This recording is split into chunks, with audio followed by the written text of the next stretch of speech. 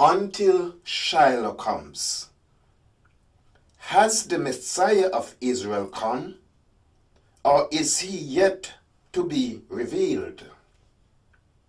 Let's walk through a prophecy that Jacob gave concerning his son Judah. Jacob, who was renamed Israel, he was old and about to die. He called his sons and he blessed them and prophesied over them. Before we look at this prophecy, however, let's see who we're speaking about when we say the Jews and the Israelites.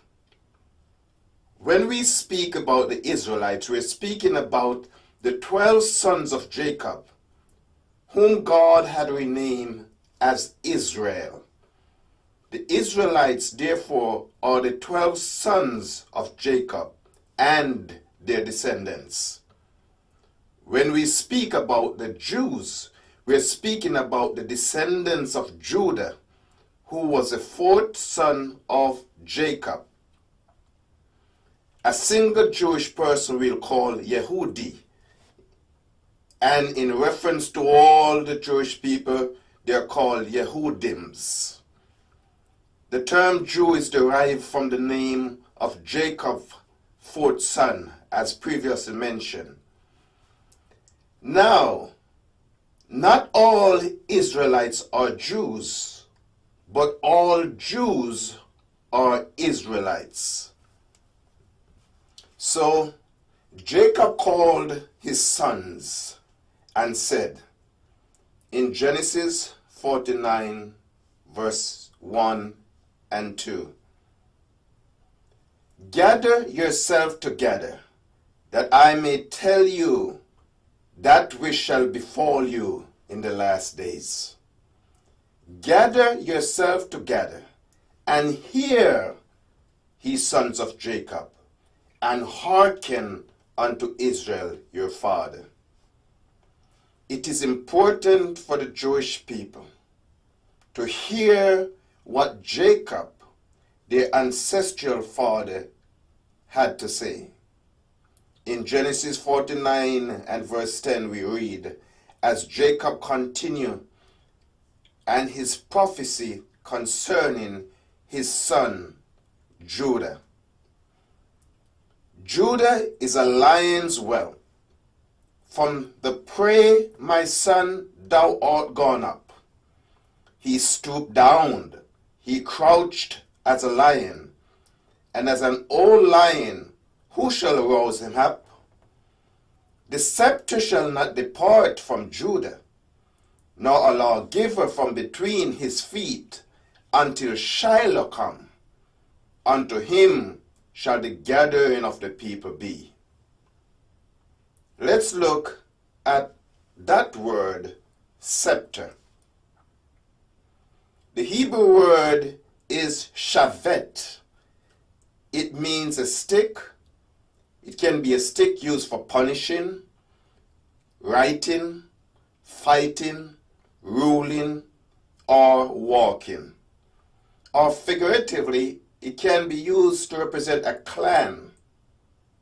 It can be referenced to a rod, a scepter, a staff, or it can be used to describe that which represents a tribe, that identifies a tribe. The scepter here is speaking of what identifies a people as a tribe. It speaks of Judah's tribal identity. The lawgiver from between his feet. What does that mean? It means that Judah's descendant will always be entrusted with judicial authority. In other words, Jacob is prophesying that Judah will not lose its judicial authority to execute capital cases and capital punishment until Shiloh comes. So the next question is, who is this Shiloh of whom he spoke? Shiloh is a common idiom that refers to the Messiah. Even in the Targum, it is stated clearly that Shiloh is Messiah. It is through the lineage of Judah that Messiah, Shiloh, will come. Let me digress just a little to examine this man, Judah, of whom or through whom Messiah would come. The name Judah means to confess, to praise, to give thanks. Judah was not the standard of moral excellence. So why did Jacob choose him? Judah was one of them that conspired against Joseph, his brother, and sold him to the Midianites. Judah had an illicit sexual affair with Tamar, his daughter-in-law, whom he mistook for a prostitute. It was not Jacob that chose Judah, it was God. How is that possible? Did God not know the disgusting things Judah did? God's grace overrules all of our neatly packaged conception of how he should operate and stamps his decision with the supremacy of his wisdom and love. In Genesis 49 verse 8 we read, Jacob speaking to his son Judah, Judah, thou art he whom thy brethren shall praise. Thy hand shall be in the neck of thine enemies. Thy father's children shall bow down before thee. All of Judah's brethren, meaning all the other tribes of Israel, the sons of Jacob, would one day bow down and praise Judah and his descendants.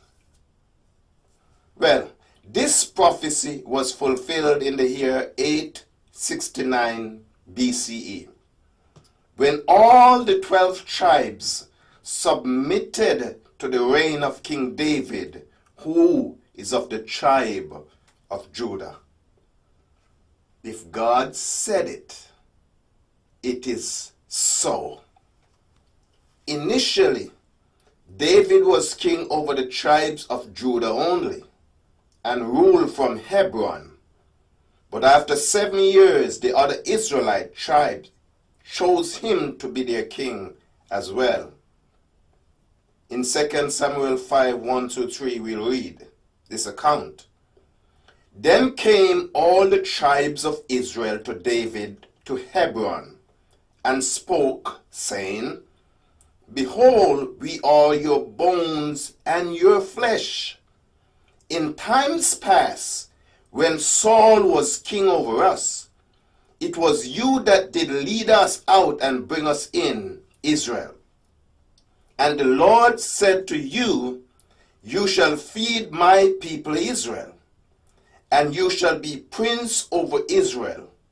So all the elders of Israel came to the king to Hebron, and King David made a covenant with them in Hebron before the Lord. And they anointed David king over Israel. Judah, thou art he whom thy brethren shall praise. Thy hand shall be in the neck of thine enemies.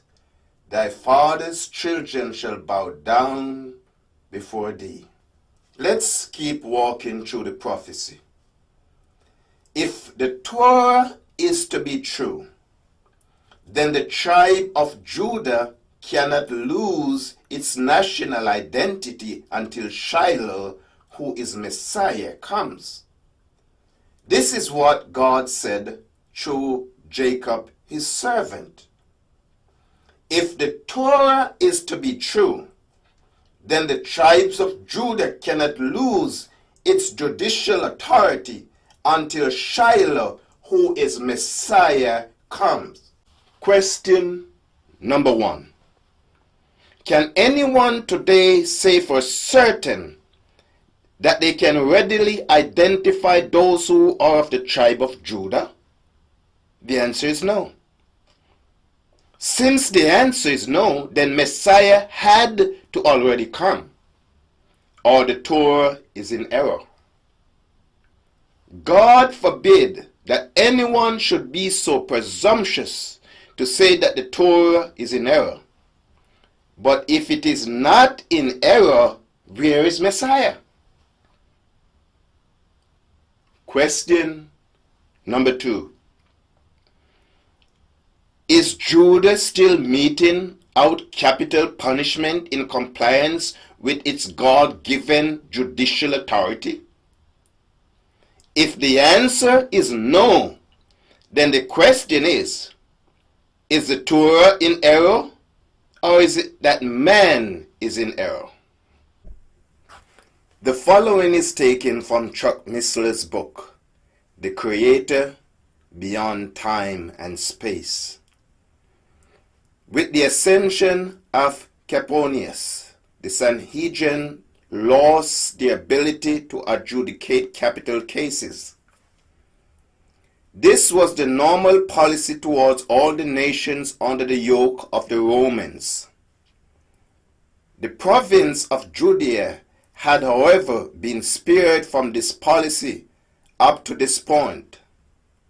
However, Caesar Augustus had enough of the Jews and finally removed the judicial authority from them at the ascension of Coponius. This transfer of power was recorded by Josephus. And now, Archelaus, part of Judah, was reduced into a province, and Coponius, one of the equestrian order of the Romans, was sent as a procurator having the power of life and death put in his hands by Caesar. The power of the Sanhedrin to adjudicate capital cases was immediately removed. In the mind of the Jewish leadership, this event signified the removal of the scepter of national identity of the tribe of Judah.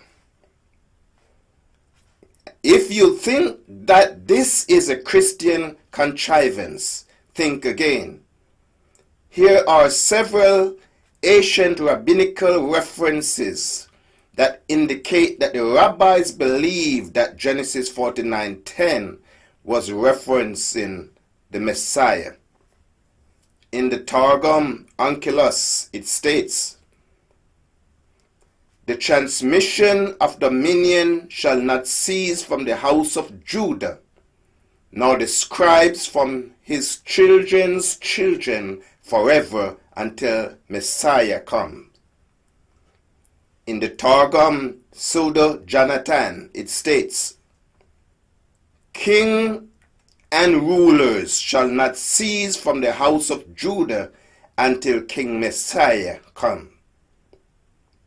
The Targum Yerushalayim states, "Kings shall not cease from the house of Judah until the time of the coming of the King Messiah, to whom all the dominions of the earth shall become subservient." In the Babylonian Talmud, Sanhedrin 98b, Rabbi Jonathan said, "The world was created for the sake of the Messiah." What is this Messiah's name? The school of Rabbi Shiloh said, "His name is Shiloh, for it is written, until Shiloh comes." Is Shiloh Messiah?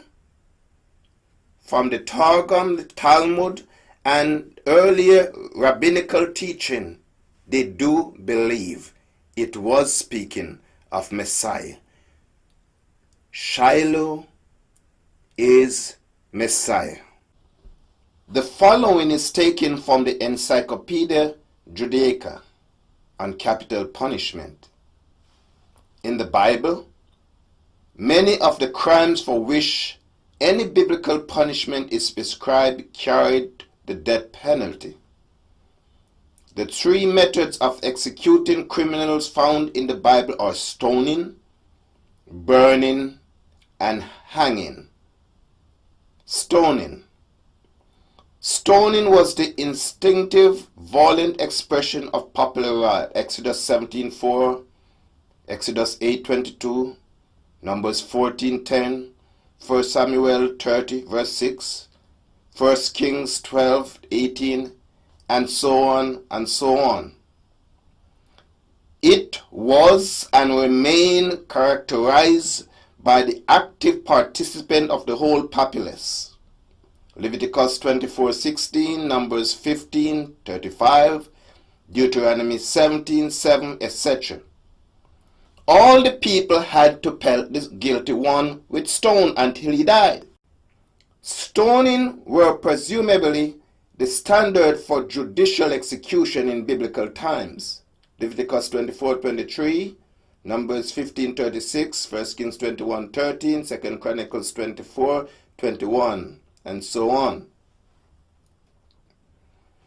Judah was the tribe that had judicial authority to execute capital punishment.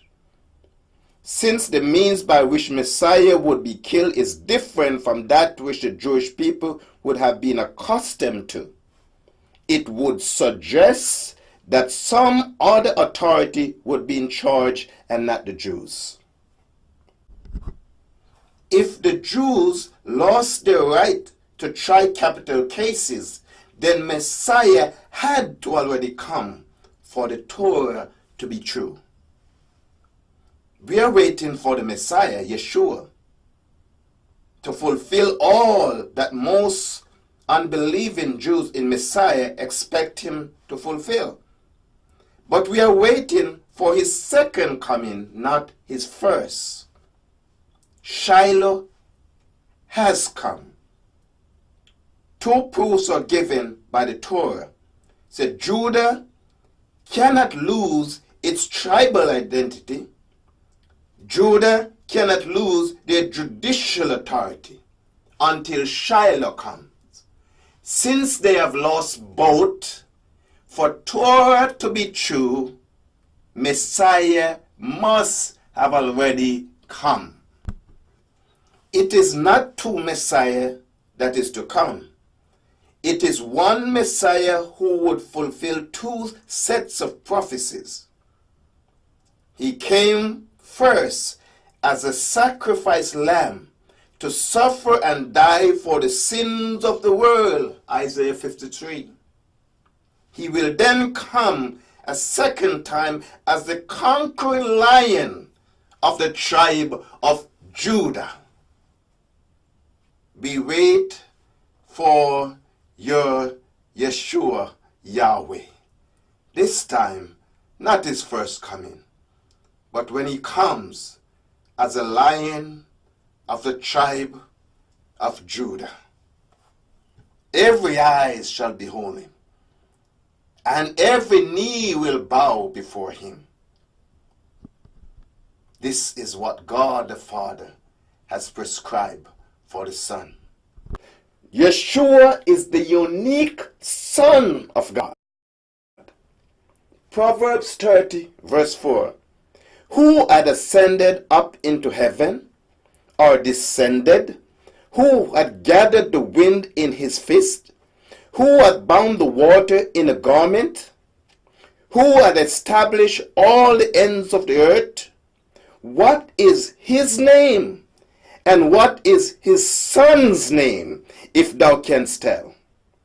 Yes, God has a son. The question is, do you know his name? God sealed this truth with the declaration he made through his servant Isaiah. Isaiah 45, verse 22 through 23. Look unto me, and ye be saved, all the ends of the earth. For I am God, and there is none else. I have sworn by myself, the word is gone out of my mouth in righteousness, and shall not return, that unto me every knee shall bow, every tongue shall swear. Then Paul, servant of God, to show us that what God spoke of himself in Isaiah, he now ascribed to the Son. We read in Philippians chapter 2, 9 through 11. Wherefore, God also hath highly exalted him, and given him a name which is above every name, that at the name of Jesus every knee should bow, of things in heaven, and things in the earth, and things under the earth, and that every tongue shall confess that Jesus Christ is Lord, to the glory of God the Father. This passage is similar to what we read in the Tanakh. Listen, Daniel chapter 7, verse 13 through 14. I saw in the night vision, and behold, one like the Son of Man came with the clouds of heaven. And he came to the Ancient of Days, and they brought him near before him.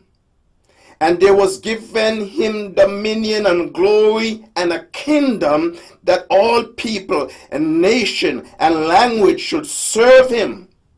His dominion is an everlasting dominion which shall not pass away, and his kingdom that which shall not be destroyed.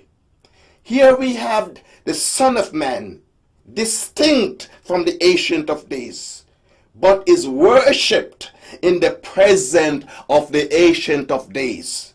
And all languages and all men and all tongue was commanded by the Ancient of Days, the God the Father, to worship the Son of Man. Yes, God does have a son. His name is Yeshua, and he is the only Savior of mankind. No other name under heaven given whereby we can be saved except the name Yeshua.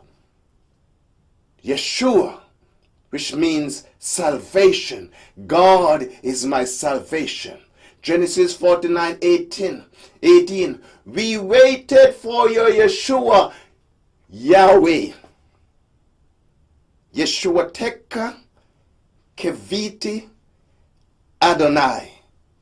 We waited for your Yeshua, Yahweh. Yeshua has come. He is Shiloh. He is Messiah. For God so loved the world that he gave his only begotten Son, that whosoever believeth in him should not perish, but have everlasting life.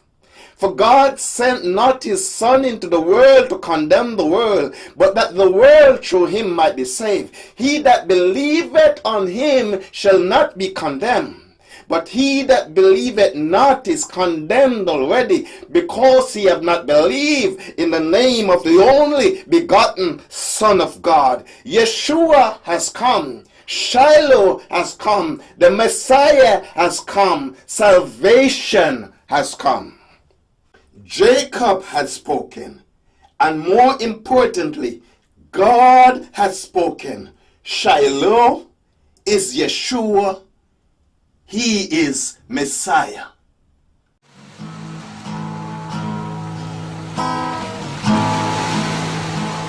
He was wounded for my transgression. Yes, he was.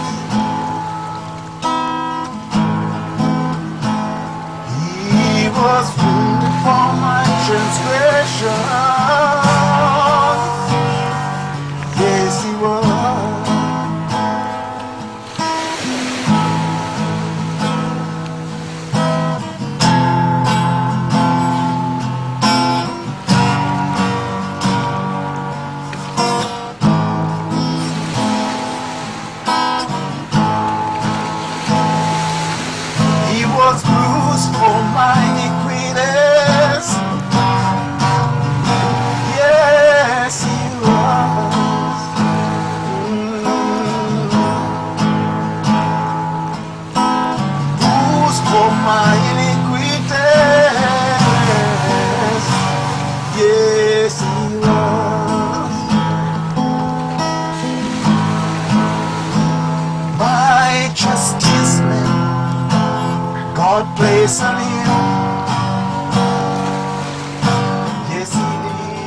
was a carpenter's son. He worked with wood. The days were so long. He learned all that he could, paying attention to every detail, using his hands, wood and nails.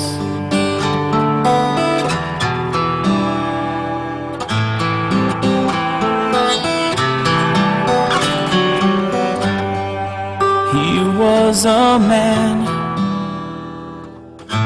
acquainted with grief, a man whom all men can turn for relief. Denied and afflicted, thorns placed round his head. Forgive them, Father, the last words he said. He built an eternity for you and for me, a life filled with charity that never fails. He built this all with his hands, wood